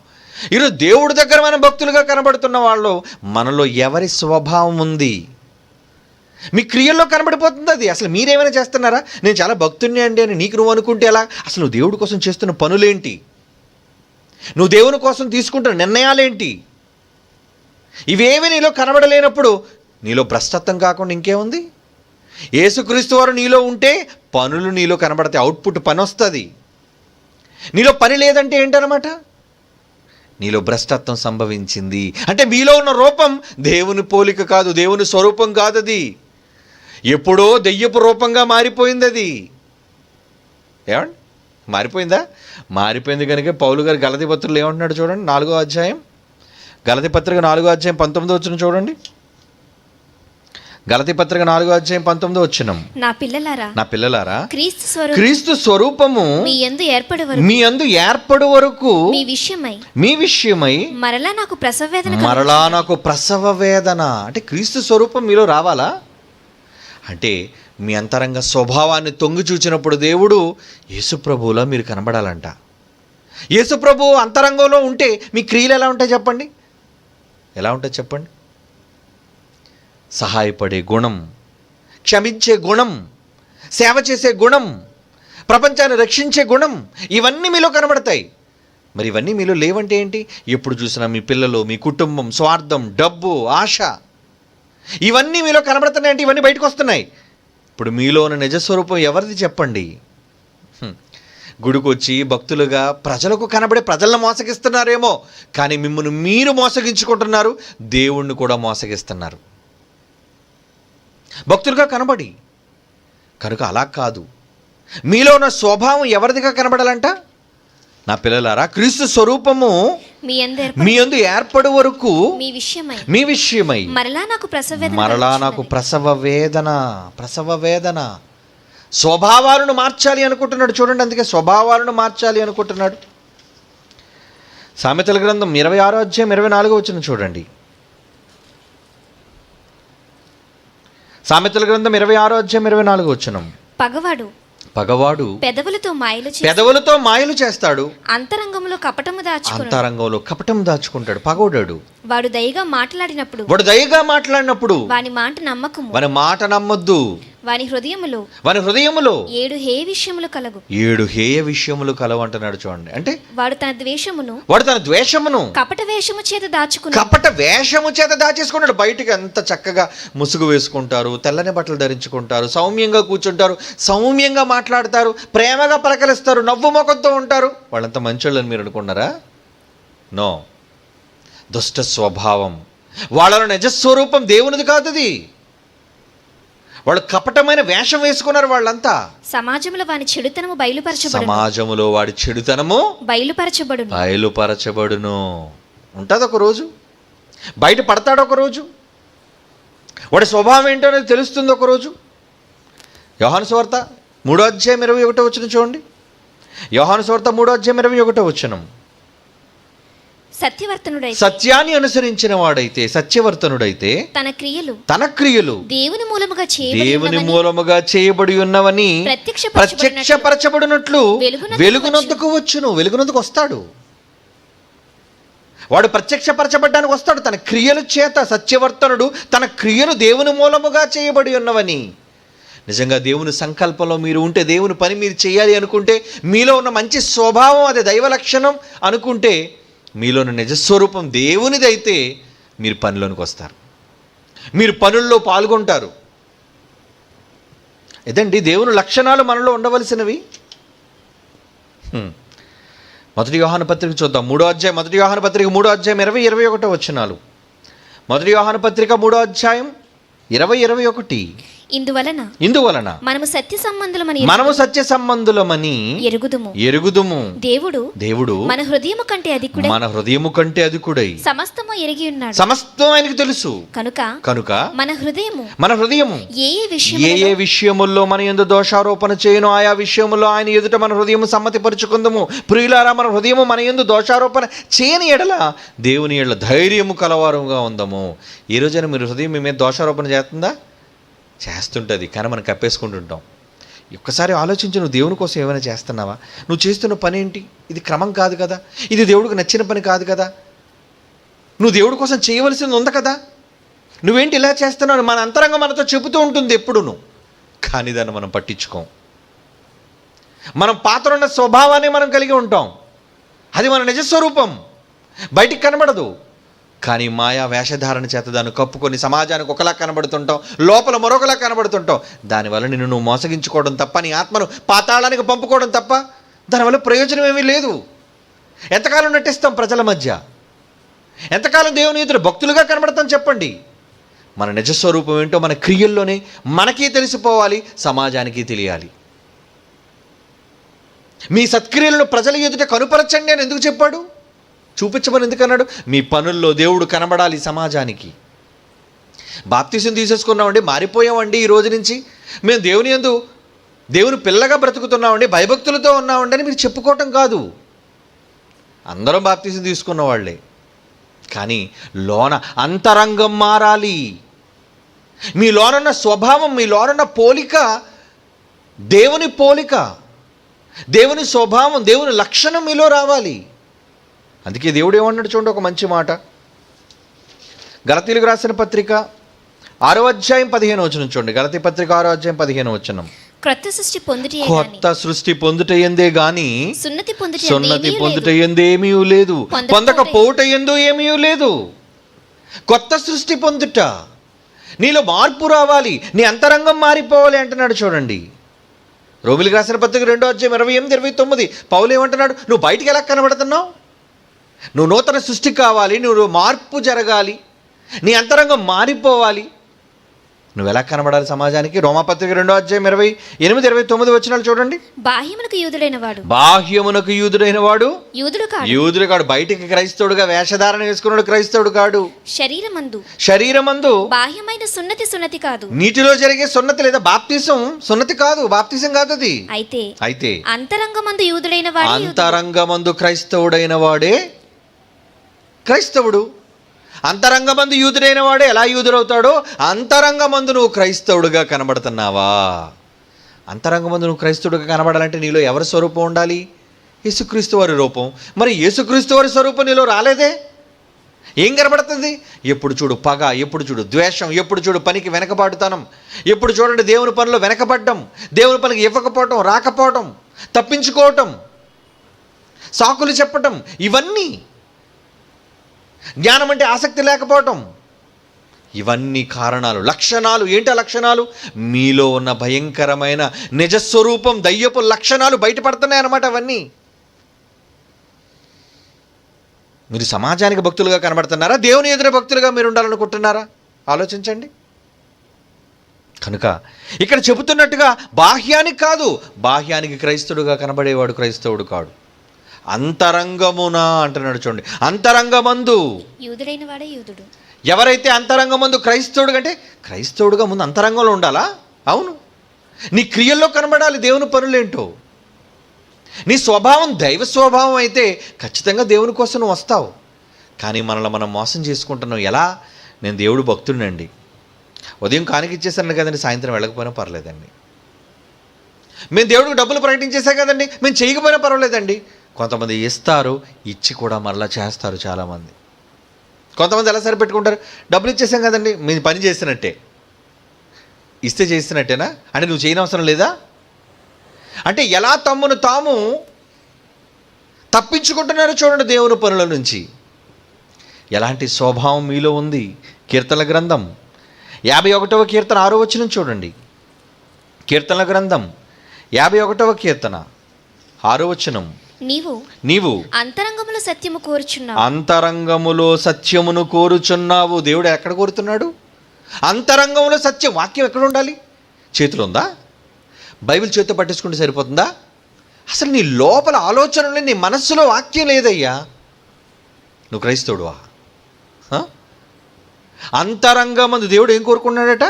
అంతరంగములో సత్యమును కోరుచున్నావు. అంతరంగములో సత్యము, నీ మనస్సులో సత్యం కావాలి. ఉంటున్నావు మనం అలాగా? ఎక్కడ తీసుకెళ్ళి పెడుతున్నారు ఈ మాటల్ని? కాగితాలకే పరిమితం చేస్తున్నారా, లేదా చెవులకే పరిమితం చేస్తున్నారా మాటలు విని? అందుకే చెప్పాడు, ఎవడైనను దేవుని వాక్యము విని వాటి ప్రకారము ప్రవర్తించని వాడైతే తన అద్దములో తన సహజ ముఖమును చూసుకొని దాన్ని మర్చిపోయేవాడితో సమానం అన్నాడు. అందుకే కనుక మీరు వింటున్నారు, విన్న మీలో ఎంతవరకు దేవుని పనులు చేయడానికి మీలో మార్పు తీసుకొస్తుంది. అలా మార్పు కనబడాలి అంటే మీ క్రియల్లో కనబడాలి. ఏమంటే వాక్యాన్ని ఎంతమంది విన్నారు? పనులు ఎంతమంది ఉన్నారు? పనులు ఎవరు లేరండి. మరి ఎందుకు వచ్చి వినడం అంతా? విన్న వాళ్ళందరూ జాగ్రత్తగా వినాలి. ఈ మాటలు వింటున్న వాళ్ళందరూ తమను తాము పరీక్షించుకోవాలి. విన్న వాళ్ళైతే మిమ్ములను మీరు మోసగించుకుంటున్నారు అని బైబిల్ చెప్పిందండి. మీరు వినువారు మాత్రమే ఉండి మిమ్మల్ని మీరు మోసపుచ్చుకొనకుండా. మోసపోతున్నారు మీరు, విని వెళ్ళిపోతే మోసపోతున్నారు. మరి ఏం చేయాలి? నీ స్వభావాన్ని మార్చుకో. నీ స్వభావం మారిపోవాలంటే నీలో అంతరంగ స్వభావంలో వాక్యం పెట్టుకో. అంతరంగములో ఆయన జీవవాక్యాన్ని కోరుకుంటున్నాడు. అలా నిజంగా ఉండగలిగినప్పుడు ఏమండి, ఎఫ్సీలకు రాసిన పత్రిక 3:15 చూద్దాం. ఎఫ్సీలకు రాసిన పత్రిక 3:15 మీ అంతరంగ పురుషుని యందు శక్తి కలిగి ఆయన ఆత్మ వలన బలపరచబడినట్లు క్రీస్తు మీ హృదయములలో విశ్వాసము ద్వారా నివసించినట్లు. అంటే యేసుప్రభు మీ దగ్గర నివసించాలంటే మీ స్వభావం బాగుంటూ వస్తాడండి మీ దగ్గరికి. మీ స్వభావం బాగాలేకపోతే ఏమొస్తాడు ఆయన? ఏమంటే మన క్యారెక్టర్కి సూట్ అయిన వాళ్ళు, మన మనస్తత్వానికి సూట్ అయిన వాళ్ళ దగ్గర కదండి మనం ఎమడగలం. మనకు భిన్నంగా ప్రవర్తించే వాళ్ళ దగ్గర మనం ఎమడలేం. మరి యేసుప్రభు కూడా మీ దగ్గరకు వచ్చి మీలో ఎమడాలి అంటే ఏం చేయాలి? మీరు ఆయనకు అనుగుణంగా ఉండాలి. ఆయనకు అనుగుణంగా ఉండడం అంటే ఏంటి? మీరు విన్న మాటలన్నింటి ప్రకారంగా మీరు చేసుకుంటూ వెళ్ళటం. వింటున్నారు? ఎంతమంది చేసుకుంటూ వెళుతున్నారు? ఇది చాలా అవసరం. ఈ పరీక్ష లేదు, తమ్మును తాము పరీక్షించుకోవటం లేదు. వాళ్ళకి వాళ్ళే బ్రాండ్ వేసేసుకున్నారు. ఏమనంటే మేము భక్తులు అండి, పరలోకానికి వెళ్ళిపోతాం అంతే. మోసపోతుంది ఈరోజు క్రైస్తవ్యం. తమలోని నిజస్వరూపం అది దెయ్యపు స్వభావం. భ్రష్టుడు పట్టేశాడు. నీలో ఉన్నది దెయ్యంరా నాయన.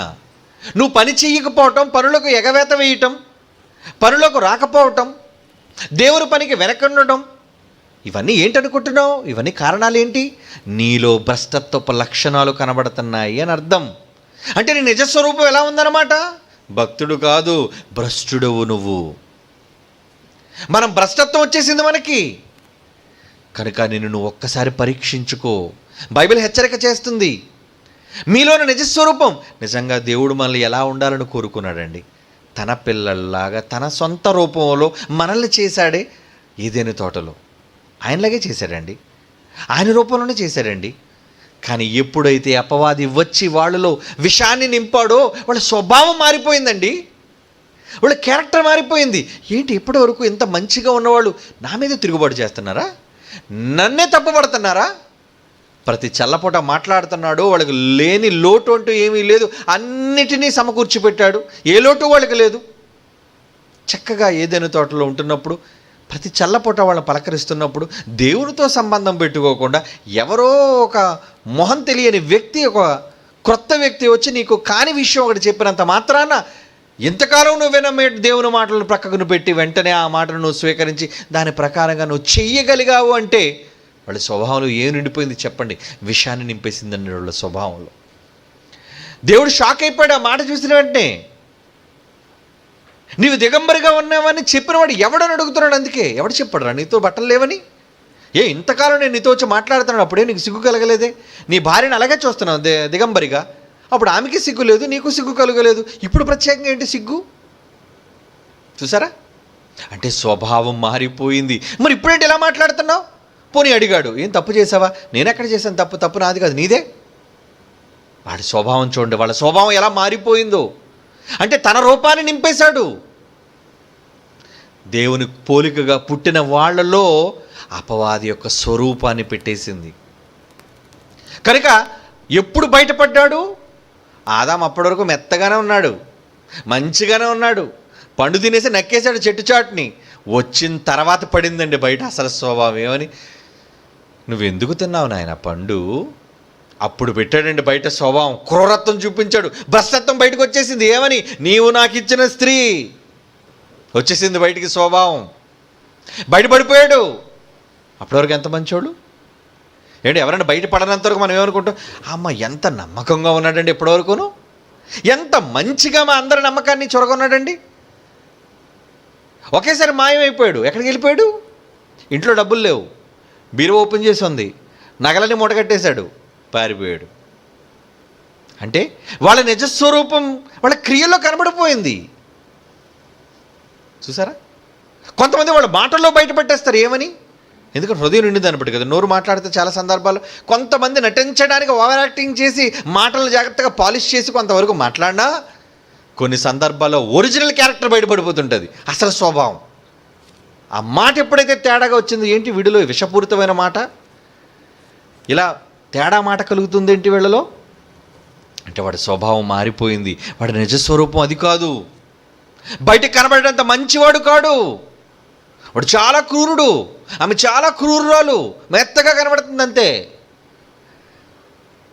దేవుని పిల్లలారా, ఇప్పుడు మనం చూసుకోవాలి మనలో ఉన్న నిజస్వరూపం ఎవరిది. అద్దంలో కనబడితే నీకు నువ్వే కనబడతావు, అవునా? కానీ వాక్యం దగ్గరికి వచ్చి నిన్ను నువ్వు చూసుకుంటే అసలు నువ్వెవరో అనేది కనబడతావు. నీకేమైనా లోపల ఏమైనా కూరలు, నెత్తి మీద 2 కొమ్ములు, ఏమండి నిజంగా ఇటువంటిది ఏమైనా అద్దంలో కనబడితే అంటే మనకు దెయ్యం పట్టేసిందని మనం అనుకోగలమండి. కానీ నార్మల్గానే ఉంటాం మనం అంతా నార్మల్గానే ఉంటాం. ఇప్పుడు ఎయిడ్స్ పేషెంట్ ఎలా ఉంటాడండి? ఎయిడ్స్ వచ్చేసిన రోజు చక్కగా మనలాగే ఉంటారు. వాళ్ళకి ఎయిడ్స్ ఉందని సంగతి మనకు తెలియదు, చాలా ఆరోగ్యంగా ఉన్నట్టే కనబడతారు వాళ్ళు. కానీ వాళ్ళు లోపల ఉందండి భయంకరమైన విషం, రోగం, ప్రమాదం. ఈరోజు క్రైస్తవ్యాన్ని కూడా అదే భయంకరమైన భ్రష్టత్వం పట్టి పీడిస్తుంది. వాళ్ళు వింటున్నారు వాక్యాన్ని, కానీ ఏ రోజు వాక్య ప్రకారంగా చేయకుండా పోతున్నారంటే వాళ్ళ నిజస్వరూపాలు ఏంటన్నమాట. భక్తులుగా నటించే నిజస్వరూపాలు అంతా కూడా హాలీవుడ్ యాక్టర్లు, వాళ్ళంతా నటీమణులు, నటులు, ప్రజలను నమ్మించడానికి నటిస్తున్నారు వాళ్ళు. దేవుడికి తెలిసి వీళ్ళంతా స్క్రాప్, వీళ్ళంతా పనికిరాని వాళ్ళు, భ్రష్టుడు పట్టేశాడు వీళ్ళకి. వీళ్ళ వాళ్ళు కాదు, ఎందుకంటే యెహోవా ప్రతి మనిషిని ఏం చేస్తున్నాడట, పరిశీలనగా తెలుసుకుంటున్నాడు. ఆయనకు తెలుసు కదా, క్యారెక్టర్ తెలిసిపోద్ది ఆయనకి. మనలాంటి వాడు కాదు, ఏదో క్రియ చూస్తేనే కానీ చేయలేకపోవడం, గుర్తు పెట్టకపోవడం తెలియదు, ఆయన తెలుసుకోలేనంత అమాయకుడు కాడు. కానీ మరి మనమెలా ఎదుట మనిషిని గూర్చి ఒకవేళ మనం అంచనా వేయాలి అంటే వాడి క్రియలను కనిపెట్టండి. వాడు పనిలో దొరికిపోతాడు. అది భార్య అయినా, తండ్రి అయినా, తల్లి అయినా, కుమార్తె అయినా, కుమారుడైనా, చివరికి మీకు మీరైనా మీ క్రియల్లో మీరు కనబడిపోతారు. నాలోని నిజస్వభావం దేవుడిది కాదన్నమాట, దయ్యానది ఎప్పటి వరకు. ఎందుకంటే నేను పనిలో భ్రష్టుడినైపోయాను, ఏ పనిలో నాకు పాలు పంపులు లేవు. దేవుడు కోరుకుంటుంది లోపల స్వభావం. అందుకే పేతురు గారు ఏమన్నారండి, ఎలాంటి అలంకారం మీకు లోన అలంకారంగా ఉండాలన్నాడు పేతురు పత్రికలు అంటాడు కదా. పేతురు రాసిన మొదటి పత్రిక 3వ అధ్యాయం 4వ వచనం. పేతురు రాసిన మొదటి పత్రిక 3వ అధ్యాయం 4వ వచనం అండి. సాధువైనట్టియు మృదువైనట్టియు గుణం అను అక్షయాలంకారము గల మీ హృదయపు అంతరంగ స్వభావము మీకు అలంకారంగా ఉండాలి. అది దేవుని దృష్టికి మిగులు విలువైనది. అది దేవుడు చూసిన వెంటనే ఆహా, క్రియలతో ఎంత చక్కగా అలంకరించుకున్నాడు, నా పనులతో ఎంత చక్కగా అలంకరించుకుంది ఈమె. అప్పుడు నీలో ఉన్న స్వభావం నిన్ను చూడగానే దేవుడికి తన రూపాన్ని కనబడుతుందండి, తన కుమారుని స్వరూపం కనబడుతుందండి. ఎందుకంటే మన అందరము తన కుమారునితో సారూప్యం గలవారముగా ఉండాలని కోరుకున్నాడు కదా. ఆయన ఉద్దేశమే అది, మనం ఆయన కొడుకులా ఉండాలి. యేసుక్రీస్తు వారి స్వభావం, యేసుక్రీస్తు వారి పోలిక మనలో ఉండాలి. మరి మనలో ఉన్న పోలికను బయట పెట్టేది ఏది? వాక్యం, క్రియలు, మాటలు. ఏమంటే చెట్టు మంచిదో కాదో తెలుసుకోవాలంటే యేసుప్రభు వారు ఏమని చెప్పాడు? ఈ చెట్టు మంచిదే కాదా, అయితే దాని పండు తిను. పండు బాగుందనుకోండి, చెట్టు మంచిదే. పండు చేదొచ్చింది అనుకోండి, చెట్టు కూడా విషపూరితం అన్నమాట. మత్తయి రాసిన సువార్త 12వ అధ్యాయం 33. మత్తయి సువార్త 12వ అధ్యాయం 33 వచనం చూడండి. చెట్టు మంచిదని ఎంచి దాని పండును మంచిదని ఎంచుడి, లేదా చెట్టు చెడ్డదని ఎంచి దాని పండును చెడ్డదని ఎంచుడి. చెట్టు దాని పండు వలన తెలియబరచబడతాది. సర్పసంతానం అంటున్నాడు చూడండి. తన సంతానాన్ని సర్పసంతానం అంటున్నాడు ఏంటండి ఆయన? ఏం తన పిల్లలే కదండి వాళ్ళు, మనమంతా ఆయన పిల్లలే కదండి, ఆయనే కదండి మనల్ని కన్నాడు. మళ్ళీ పాము పిల్లలు అంటాడు మనల్ని, సర్పసంతానమా? మీరు చెడ్డవారయుండి ఎలా మంచి మాటలు వస్తాయరా మీ నోటి వెంబడి? మీ నోరు విప్పితే చాలు మీ మాటలు మీ స్వభావాన్ని చెబుతున్నాయి, మీ పనులు మీ స్వభావాన్ని చూపిస్తున్నాయి. మీ నిజస్వరూపం ఇది కాదు. బయటకు అంగి, మీ వేషధారణ, ఏంటి ఆ రోజు శాస్త్రులు పరిశీలన ఎలా కనబడేవాళ్ళు? ఓ నిలువుటంగీలు వేసుకొని పవిత్రమైన వ్యక్తులుగా, సమాజంలో పేరొందిన వ్యక్తులుగా ఎంత గౌరవంగా కనబడేవాళ్ళు. కానీ వాళ్ళ అసలు స్వరూపం అది యేసుప్రభు పట్టుకున్నాడు. దొంగలరా మీరంతా. వాళ్ళ నిజస్వరూపాన్ని బయట పెట్టాడు. ఇది కాదు మీ నిజస్వరూపం. బయటికి కనబడే వేషధారణ కాదు, లోపల మీరు చాలా దొంగలు. మీ క్రియలు చెబుతున్నాయి, మీ మాటలు చెబుతున్నాయి మీరంతా ప్రమాదకరమైన వాళ్ళు. ఆ రోజు యేసుక్రీస్తు వారు పసిగట్టారండి. ఆయనకు తెలిసిపోయింది. మరి మనం, మీరు కూడా ఎదుట వారి విషయంలో ఇదే పసిగట్టండి. మీ కుటుంబంలోని వాళ్ళు కావచ్చు, మీ బంధువులు కావచ్చు, నీ పొరుగువాడు కావచ్చు, ఎవడైనా వాడిలో ఉన్న అసలు క్యారెక్టర్ ఏంటి, వీడిలో ఉన్నది దెయ్యమా దేవుడా, అది తెలుసుకోవాలంటే వీడి స్వభావం ఏంటి. వాడు మంచిగా మీతో మాట్లాడుతారని నమ్మకండి. వాడితో ప్రార్థనాపరుడుగా కనబడుతున్నాడు వాడిని నమ్మకండి. వాడి క్రియలు గమనించండి, వాడి మాటలు గమనించండి. మీ కళ్ళెదురుగా మంచి పనులు చేస్తున్నాడు కనబడతాడు, మీ ఎదురుగా వాడు మంచి మాటలు మాట్లాడినట్టు కనబడుతుంటాడు. కానీ మీరు గమనించలేనప్పుడు వాడి క్రియలు ఎలా ఉన్నాయి, వాడి మాటలు ఎలా ఉన్నాయి, అది చూడండి. ప్రతి తల్లిదండ్రుల దగ్గర పిల్లలు ఓవర్ యాక్టింగ్ చేస్తుంటారు. ఏమండి, ఓ వినయం, భయం, భక్తి. నాన్న ఉన్నప్పుడు ఎంత సైలెంట్గా ఉంటాడు.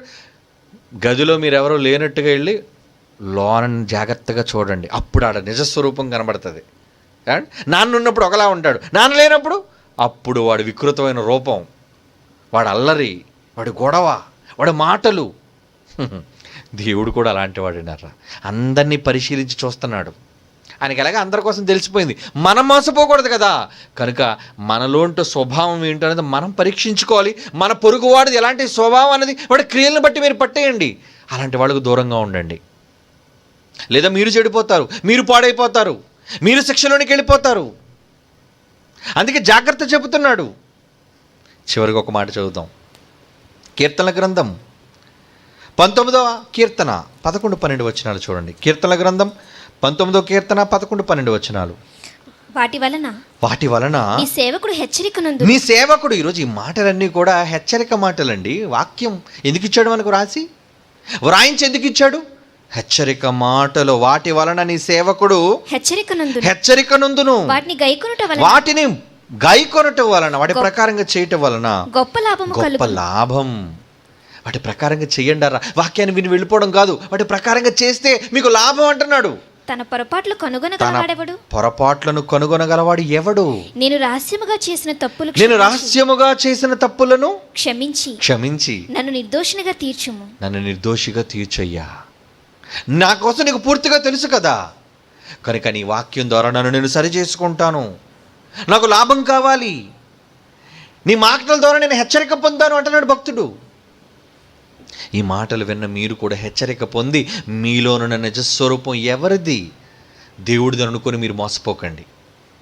మేము భక్తులు అని చెప్పి మీరు అనుకుని మోసపోకండి. ఒకసారి మీ క్రియలు ఏంటో మీరు చెక్ చేసుకోండి, మిమ్మల్ని మీరు పరీక్షించుకోండి. మీ క్రియలు దైవ సంబంధంగా ఉన్నాయా?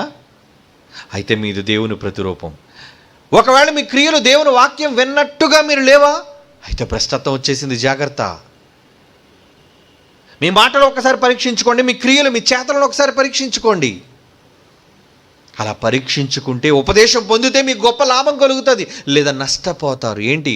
మీ ఆత్మను నష్టపోతారు, పరలోక భాగ్యాన్ని నష్టపోతారు, శాశ్వత కాలాన్ని నష్టపోతారు, భయంకరమైన హింసలో జారిపోతారు. కనుక మన స్వభావాన్ని ఒక్కసారి మనం పరీక్షించుకుందాం. మనలను పరీక్షించుకుంటూ ఎదుటివాడిని పరిశీలిద్దాం. ఎలాంటి వాళ్ళు అలాంటి వాళ్ళతో సాన్నిహిత్యం చేయండి, అలాంటి వాళ్ళతో సహవాసం చేయండి. దేవుని క్రియలందు ఆసక్తి కలిగిన ప్రజలతో మీరు కలిసి ఉండండి, లోకస్తులతో కాదు. వాళ్ళు లోకస్తులతో ఉన్నారనుకోండి, ఎప్పుడు వ్యాపారాలు అంటాడు, ఎప్పుడు డబ్బు అంటాడు, ఎప్పుడు సంపాదన అంటాడు, ఏవేవో చెబుతాడు, లోక సంబంధమైన మర్యాదలు అవన్నీ. కానీ మీరు ఎవరితో కలిసి ఉండాలి?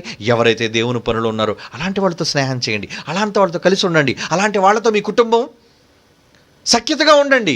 అప్పుడు మీరు వాళ్ళు కలిసి మీ స్వభావాలను తెలుసుకొని మీ క్రియల ద్వారా మంచి వాళ్ళుగా దేవుని కనబడతారు, పొరుగు వాళ్ళకు కూడా మీరు కనబడతారు.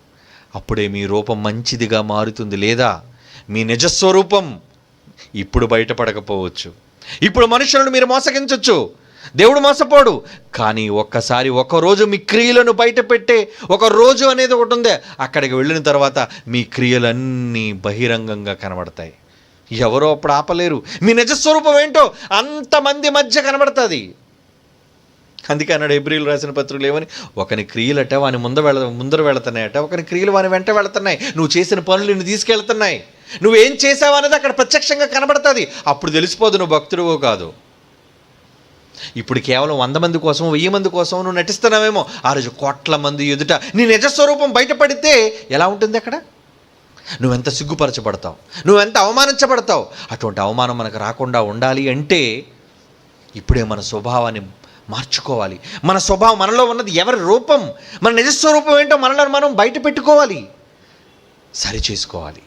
కళ్ళు మూసుకొని ప్రార్థన చేసుకుందాం. పరిశుద్ధుడైన తండ్రి, దేవా, మీరు మాకిచ్చిన ప్రతిరూపం మీది. కానీ ఈరోజు స్వభావం అపవాది వాడి యొక్క ఆలోచనలతో మనుషులందరినీ వాడు కైవసం చేసుకొని వాడి స్వభావాన్ని వారిలో ఇమిడ్చాడు తండ్రి. అట్టి వారి స్వభావాన్ని మరలా మీ కుమారుడని క్రీస్తు స్వభావంలోనిగా మార్చుటకు మమ్మను మేము పరీక్షించుకుంటూ ఎదుటివారిని వాక్యము ద్వారా హెచ్చరిస్తూ వాళ్ళని మార్చడానికి మేము చేస్తున్న ఈ ప్రయత్నంలో తోడుగా ఉండి మా స్వభావాలను మార్చుకొని మా అంతరంగంలో మీకు ఇష్టలుగా బ్రతికి మీకు నచ్చిన వారముగా మేము బ్రతుకులాగున మీ మాటలతో మాకు హెచ్చరిక చేసినందుకు కృతజ్ఞతాస్తుతులు మీకు చెల్లించుకుంటూ క్రీస్తు యేసు వారి అమూల్యమైన నామములో ఈ ప్రార్థన మీకు సమర్పించుచున్నాము తండ్రి. ఆమేన్.